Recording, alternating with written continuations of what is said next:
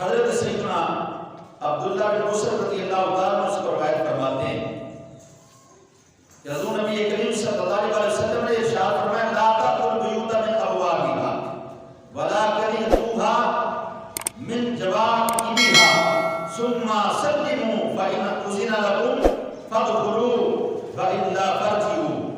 حضور نبی کریم صلی اللہ علیہ وسلم نے بھی تربیت فرمائی۔ آقا علیہ السلام نے کہ ارشاد فرمایا کسی کے گھر آؤ تو دروازے کے سامنے کھڑے نہیں ہونا، دروازے کے بالکل سامنے کھڑے نہیں ہونا، دروازے پر دستک دو اور سائڈ پر کھڑے ہو جاؤ۔ ایک طریقے کا ہے، ممکن اندر خاتون ہو دروازے پر آئیں، آپ کی نظر ڈائریکٹ ان پر پڑے یا ان کی آپ پر پڑے، دونوں کے لیے خرابی کا سبب بن جائے۔ اسلام ایک ضابطہ حیات دے رہا ہے، مکمل طور پر ہمیں جینے کا ڈھنگ سکھا رہا ہے۔ فرمایا جب تم کسی کے دروازے پر جاؤ تو بالکل سامنے کھڑے نہیں ہونا، دستک دینے کے بعد ایک طرف کھڑے ہو جاؤ۔ فرمایا پھر جب تم ایک سائڈ پر جا کر کھڑے ہو جاؤ پھر ان کو سلام دو، اگر تمہیں اجازت مل جائے تو گھر کے اندر داخل ہو جاؤ، اگر اجازت نہ ملے تو واپس پلٹ آؤ۔ گویا کہ حضور نبی کریم صلی اللہ علیہ وسلم نے سورہ نور کی اس آیت کی تفسیر کو مزید آگے بڑھا، اس کے اندر اس چیز کو شامل کر دیا کہ کسی کے دروازے کے سامنے جا کر کھڑے نہیں ہو جانا۔ اور پھر حضرت سیدنا ابو موسیٰ اشعری رضی اللہ عنہ روایت فرماتے ہیں حضور نبی کریم صلی اللہ علیہ وسلم نے ارشاد فرمایا یستأذن احدکم ثلاثا۔ حضور نبی کریم صلی اللہ علیہ وسلم نے ارشاد فرمایا جب تم کسی کے دروازے پر جاؤ تو 3 مرتبہ اجازت مانگو۔ کتنی مرتبہ؟ 3 مرتبہ۔ ایک نہیں کہ بوا کھڑکائی جانا ہے، نکلے گا تو جانا ہے نہیں جانا۔ کسی کو قرضہ بھی لینا ہو پھر بھی اجازت نہیں، 3 تو بعد دفعہ بوا کھڑکانا۔ کسی سے بڑا ضروری کام ہے، یہی ہے نا کہ کسی سے قرضہ لینا، قرضہ بھی لینا ہو کہ کام 3 دفعہ زیادہ بوا کھڑکانے کی اجازت نہیں، کیونکہ یہ نصاب کوئی اور نہیں دینا، مدینے کا تاجدار عطا فرما۔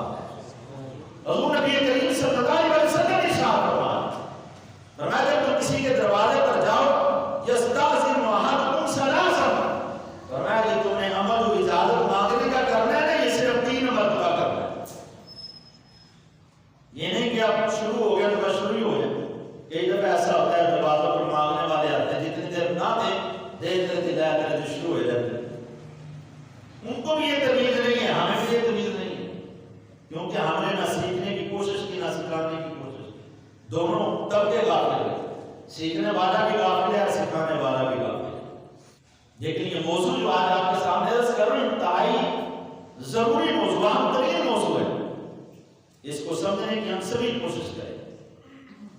تو فرمایا فَإِنْ أُذِنَ لَهُ وَإِلَّا فَلْيَرْجِعْ، یہاں پر بھی یہی حکم ہے اگر اجازت مل جائے صاحب خانہ جو ہیں وہ تمہیں اجازت دے دیں تو داخل ہو جاؤ، اگر میں واپس آ جاؤ۔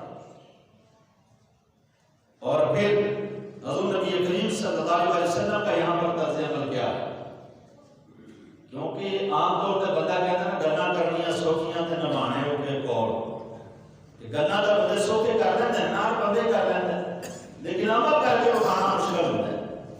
لیکن میرے اور آپ کے آقا صلی اللہ علیہ وسلم ہمارے باقی ہمارے رہبر ہمارے رہنما ہیں، انہوں نے صرف بیان نہیں کیا بلکہ ہمیں پریکٹیکل کر کے بھی دکھایا۔ حضرت سیدنا قیس بن سعد رضی اللہ عنہ فرماتے ہیں، حضرت سعد کے بیٹے، آپ فرماتے ہیں میں اپنے گھر کے اندر ہی موجود تھا تو حضور نبی کریم صلی اللہ علیہ وسلم ہمارے گھر تشریف لائے۔ آقا علیہ السلام نے ایک مرتبہ دروازے پر دستک دی پھر سائڈ پر ہو گئی، کہا السلام علیکم۔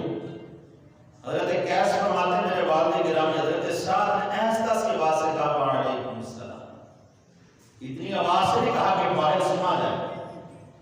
میں نے اپنے والد گرامی سے کہا بابا جان کیا معاملہ ہے، ایسا